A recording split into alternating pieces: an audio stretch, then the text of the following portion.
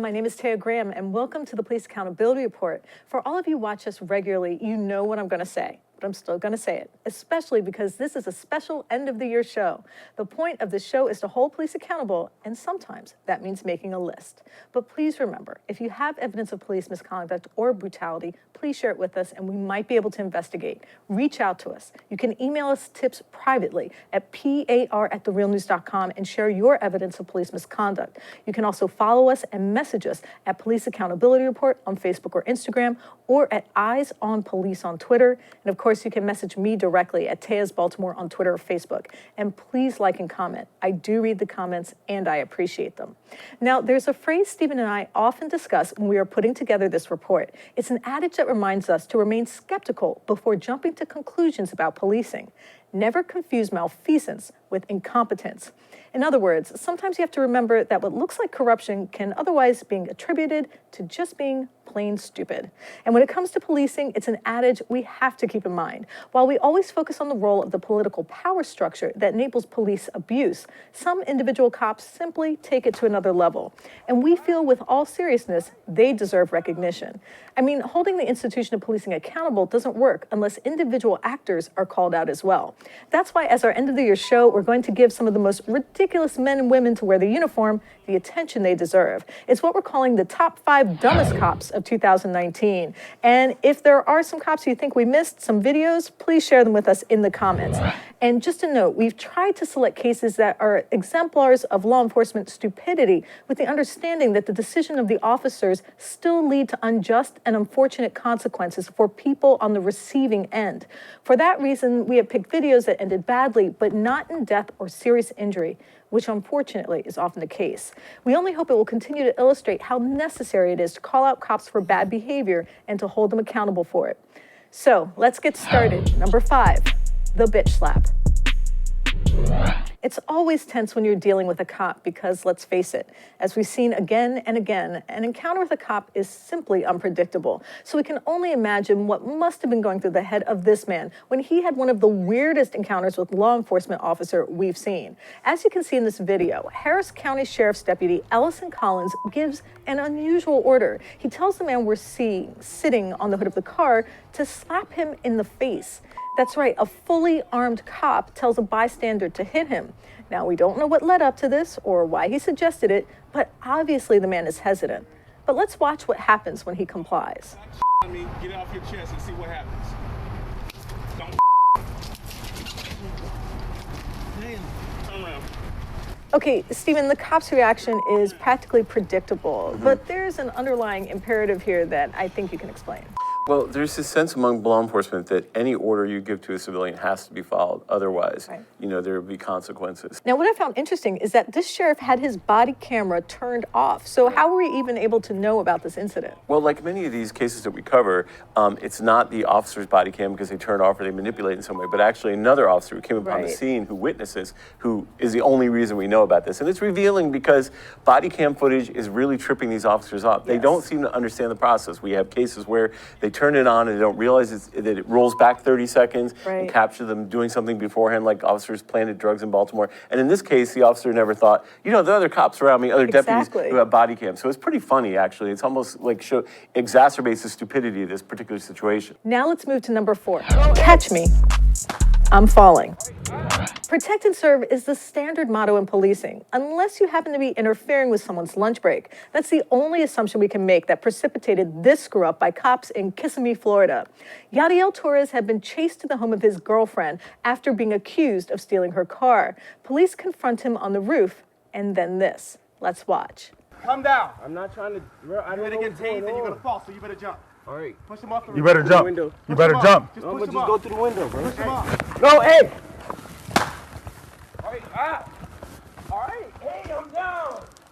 I'm not resisting. Kissimmee police issued a 41-page report concluding that perhaps this isn't the best way to handle a suspect perched atop a roof. As you probably heard in the video, Torres offered to climb back through a window, but to no avail. The officer pushed him off the roof, and then another officer tased him for good measure. Okay, Stephen, in this case, there are two things that stand out to me.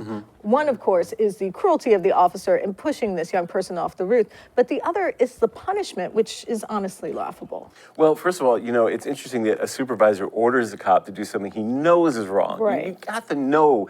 It's interesting to see. I think this shows how sort of it is a paramilitary organization, or just stupidity is a virus, because the cop is sitting there saying, push a guy off the roof. How do you not know that's not the right way to handle it? But what is really astounding is that this police officer was given like 8 hours of just losing 8 hours of vacation time over this. So he lost 8 hours of vacation time when he could have broken someone's neck, could have paralyzed them for life. Yeah. And now number 3. I think I would prefer to stay in my car. Driveway to hell. Okay. I don't feel comfortable coming out of my car. I hope you guys understand that. If you listen to police unions or watch the constant stream of propaganda shows on television, you would think America was just crawling with criminals, arch psychopaths committing so many crimes that police can barely keep up.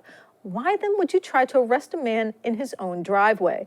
Well, that's precisely what unfolded on this YouTube video we found. The cops apparently think this man who made the video is intoxicated, which is why they approach his car. The only problem is he's home in his own driveway, sitting in his own car. Let's watch. Cops, man. Cops, man. I have friends who are cops, man. So she's putting on her gloves. And there's another guy with a light in my car. I'll let you know you're under arrest now for care and control. For care and control? You out of the car. So I'm under arrest now for care and control. You're gonna need to come out of the car. We're gonna have to come in and get you, okay? And then someone's opening my car door. So now I'm under arrest. For what exactly? Care And I'm not control of a resisting, motor by the way. vehicle. That's no problem. So you're just gonna put your hand behind your back. Stephen, what strikes me as really strange about this video is that the officers seem compelled to make an arrest. It's as if, well, once we've shown up to this man's house, we have to arrest him. They can't just simply say, well, let's go back to the station. I think that's one of the key things we see in a lot of these videos, that police feel like the ultimate end of their actions is incarceration. Right. It's something that's been drilled into their head, and you see it on all the cop shows and everything, that ultimately there is this horde of criminals, and even a person sitting in their own driveway is ultimately a criminal. If I don't arrest this person, I'm not being a police officer. And now for number 2. We make the rules out here. No list of top 5 stupidest cops would be complete without this top performer, Baltimore Police Sergeant Ethan Newberg. Newberg was recently just charged with 32 counts of false imprisonment and assault. Why? Because on at least 9 separate occasions during just the last 6 months, he arrested people for nothing. 9 people imprisoned without a crime. The arrests range from forcing a man to come out of his house and then charging him with endangering an officer, to arresting a FedEx worker after they exchanged words and then calling the worker's boss just to get him fired. Just to get a sense of how he operated, let's watch the video of one of those encounters where Newberg arrested a man for making an offhand comment about making someone sit in the rain.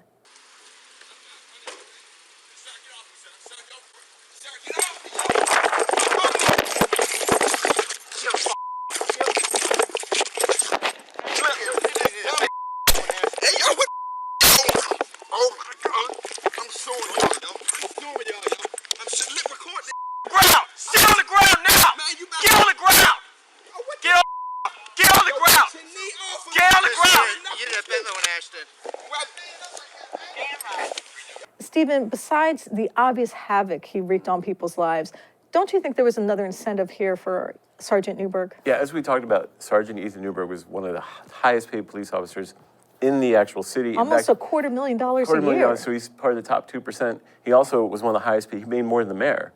So he did. Apparently, there's an incentive in law enforcement to be stupid. And as much as it's funny, there is pay and gold to be had in the fact of harassing people and creating criminality where none exists. So you got to think about it. You have an entire massive criminal justice system. Baltimore City has one of the largest police departments in the country. Yes. They are incentivized to create criminality, and what we get is criminality. And now for number 1. Drop that. Put that down. Trash talking. Put that down. And this is our top dumb cop of 2019. Given what we've already presented, this is indeed quite an achievement. But it's hard not to acknowledge the troubling behavior of Boulder police officer John Smiley. Earlier this year, he encountered Zaid Atkinson outside a student housing complex. Atkinson was clearly picking up trash, trying to clean up the area outside his apartment where he lived. But Officer Smiley was undaunted and would not leave him alone. And instead of assessing the situation and de-escalating what was an obvious non-crime, Officer Smiley just couldn't take no for an answer. He continued to dog Atkinson until finally 6 officers confronted the Colorado college student, guns drawn. Let's watch. The police are telling you to do something. Do it. You have a gun in your hand. Yes, I do, because you're not listening. You have a fucking gun You in have your a hand. weapon. I don't have a Drop weapon. the weapon. Drop it. I don't have a weapon. Drop it now. Focus on me. What are you doing? No, what do you mean? Focus Drop on it you. There's now. fucking 6 of you. Just drop it. Really? This is my property. We're not going anywhere. You need to drop it. I haven't confirmed that yet. I told you I'm investigating a trespass. I fucking live You here. didn't give me your address. 2333. I live in room 304. That's the first time. And Have all a seat. You are fucking threatening me on my property. I live here. Hey, listen. I'm a resident The first thing of you need this to do is fucking drop property. that item. I'm picking up garbage from my fucking dorm. I go to school here. Drop it. Just I drop go to it and school sit. Here. Don't fucking tell me what to do. You guys don't have a goddamn fucking right to be doing this to me. Sit down. You know, Stephen, what really strikes me about this incident is how the officer just wouldn't back down. Doesn't this kind of tie into your concept of blanket criminality? Yeah, I mean, this is really what we're talking about when we talk about blanket criminality. In other words, all of us are potential criminals, and police are the last wall between us. And, you know, obviously this is technically mostly people who are, you know, working class people, people of color, people, you know, of other ethnicities. But the bottom line is there's a blanket criminality. And he, despite the fact that he had 20 minutes of talking to this guy, where he kept explaining that he lives here. And despite the fact And provided him a form of ID that confirmed his name. there was no evidence that a crime had been committed. There was no evidence of a crime being committed in the area. There was no evidence of criminality anywhere, and yet he wouldn't let go of him. It's like he caught a fish and he wouldn't throw it overboard or something. It's this strange psychology of policing, and I think what pulls into that is the gravity of blanket criminality and blanket criminality being monetized by a system that rewards police with generous pensions, generous salaries, and the mythology of heroism. And so he was just like, I'm going to take this guy in no matter what, and I'm going to be a hero. I mean, I don't understand it. And then he started saying that his tools for picking up trash was a weapon. And he actually threatened to taser him. And initially, when I was watching the video, it was very upsetting for me because I was genuinely concerned that this young man was going to be tasered or worse. Without body cam footage, he might have been shot. It is astounding indictment of American policing that someone drew their gun on this young man. It is an indictment of the entire criminal justice system. It is an indictment of the system that bolsters policing. It is an indictment of the incentives that drive policing, that people would pull a gun on a person picking up trash. It's unbelievable. And, you know, just as a side note, when the professor comes out and confirms that this is a student, that he's on this work-study program, the officer doesn't ask the professor to provide ID. No, once he comes out, you know, older white guy, it's like, oh, okay, sorry, you know, everything is fine. So it shows that it's stupid. We have a saying in our other show, Inequality Watch, that greed makes you stupid. Right. Well, I think partially that's what's driving policing. The greed of wanting to be a hero, the greed of wanting to have a lifetime pension, the greed of all the power that's accrued to you, and you just want to keep amassing it instead of thinking and having a more balanced perspective that you could just talk to the kid. It took 2 seconds. It didn't take Sherlock Holmes to figure out this young man is doing nothing but trying to clean his own community. Right, he's on a work study and he was doing his job. Honestly, to me, the last video we watched is also really disturbing to me because he threatened to taser the young man. And a taser isn't a non-lethal instrument, it's a less lethal instrument. The young student could have been seriously injured or killed, all because he was fulfilling the terms of his work study. And he did show his ID. And of course, the professor didn't have to. I think I know what the difference there was. So while we are most importantly thankful that none of these incidents led to serious injury or death, all the scenarios we reviewed during this segment could have easily resulted in either. And that's the point. It's a troubling trend, cops acting with impunity when caution or respect is warranted. Officers ignoring training and the law to carry out personal whims or biases. Perhaps what we've seen today is part of a broader problem with law enforcement in general, that officers simply feel so empowered, so in control, so lacking of any adherence to any set of rules that they can act however they want without fear of real consequences. That somehow, despite an enumerated set of civil rights and constitutional protections for us, policing takes precedence. That ultimately, it's what a cop says that matters, not the law. It's a notion that we here at the Police Accountability Report will try to expose whenever we can. I want to thank Stephen Janis for his exceptional help with this report and for Noli D's help in researching these videos. And please remember, if you have evidence of police misconduct or brutality, please share it with us and we might be able to investigate. You can email us tips privately at par@therealnews.com and share your evidence of police misconduct. And of course, you can message me directly at Teas Baltimore on Twitter or Facebook. And please do like and comment on the video. I do read your comments and you know I appreciate them. My name is Taya Graham and I want to thank you for joining me for the Police Accountability Report. Be safe out there.